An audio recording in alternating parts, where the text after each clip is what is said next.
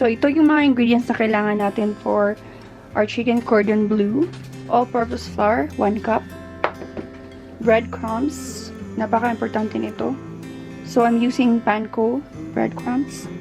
And this one is salt to taste, and ground black pepper.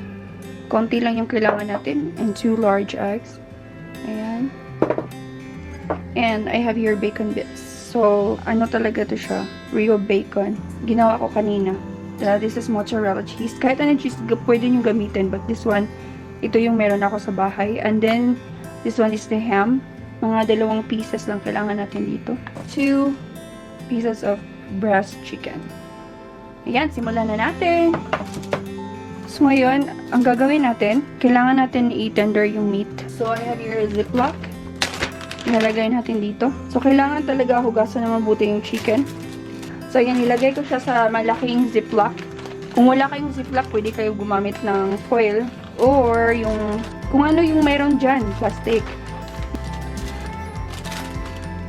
Okay.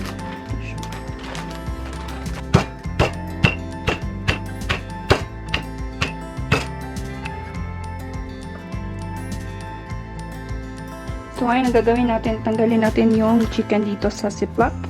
Yan dito. So, lagyan natin ng konting salt. Konti lang talaga. Okay, lagyan natin ng bacon. Sprinkle it with bacon. Optional to, guys, if you don't want bacon in it.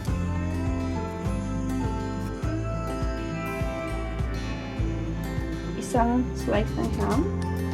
And isang malaking hiwa ng mozzarella. Ilagay natin dyan. I-roll natin. May toothpick ako dito, guys. So, pwede din kayo gumamit ng plastic wrap or cling wrap. Or pwede din kayo gumamit ng toothpick.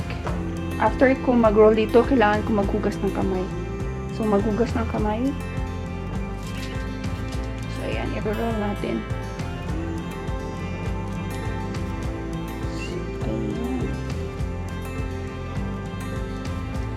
Roll.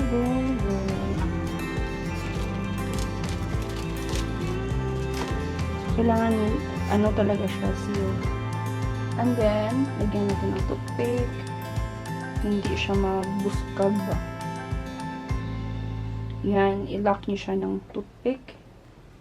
3 yung gagamitin ko para I love you. Ilagay muna natin dyan.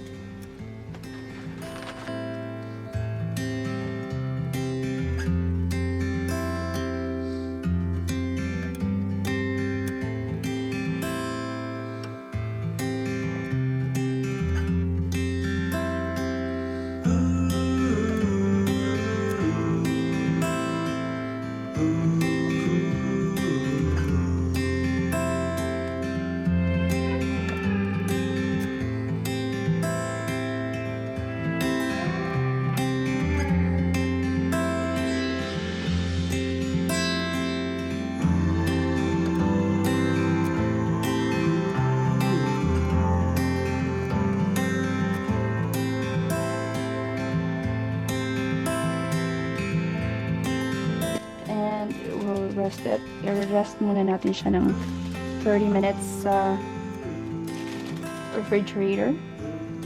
So, here you go.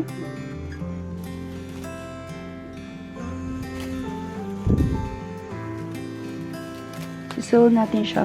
Yan, i-rest muna natin siya, okay? Ay, basta manok, kailangan nyo siyang, you have to be careful sa manok. Okay, hello. Salmonella is waving. Okay, yan. Ilalagay natin sa ref ng 30 minutes to 1 hour. It depends kung busy kayo. May gagawin pa kayo. So, wag muna. So, 1 hour. But sa akin is 30 minutes lang kasi gutom na sila. Ito, yung egg na gagamitin natin, kailangan natin i-beat. A little bit of salt to taste. Black pepper and salt. Konti lang. And a little bit of ground black pepper or powdered.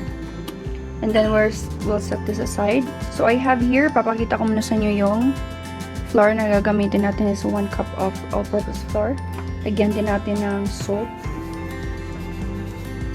Sprinkle with salt. Ayan.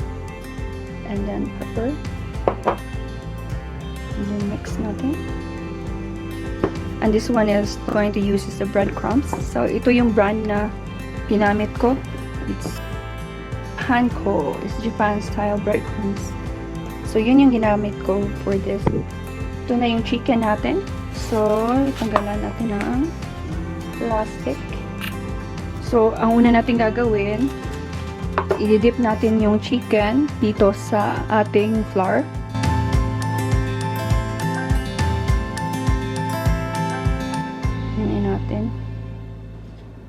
Budburan ng flour.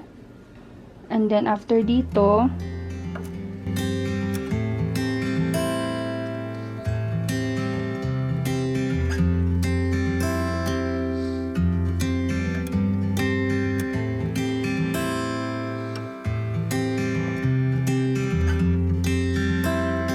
okay, now this is done.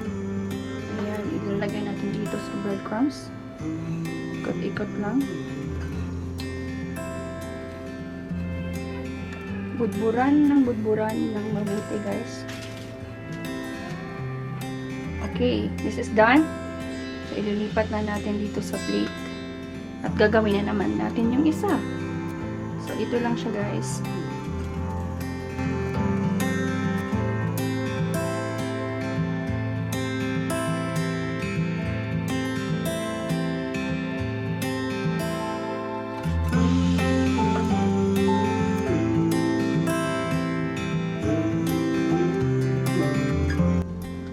So, ayan na yung kalahat natin at saka mantika. So, I'm using small frying pan lang muna kasi isa-isahin lang natin pagluto.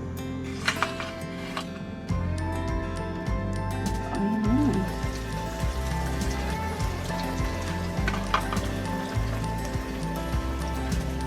Ayan, natin siya.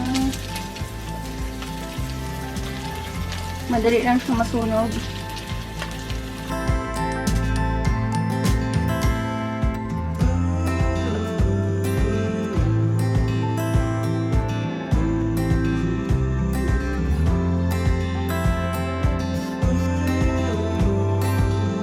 So, ito na yung 2 pieces of chicken. Tanggalin natin yung dulo.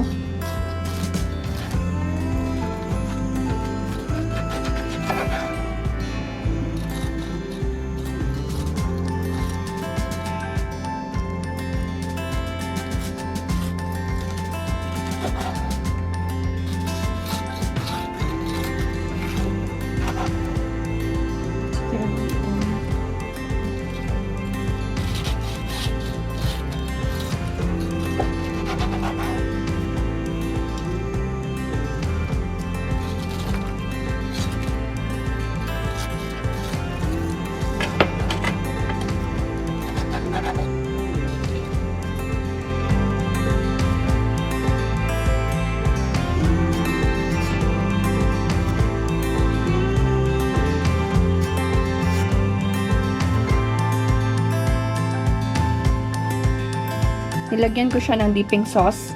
Yung dipping sauce ay blue cheese. Pero binili ko lang siya, hindi ko siya ginawa. So, hindi ko na lang pinakita. So, ayan, try ko ha. Super crunchy. Super delicious. Kaya pala tinago siya, guys. Kasi sobrang sarap niya. So, thank you for watching, guys. See you in my next vlog. Please don't forget to like and subscribe and click the notification bell for more updates.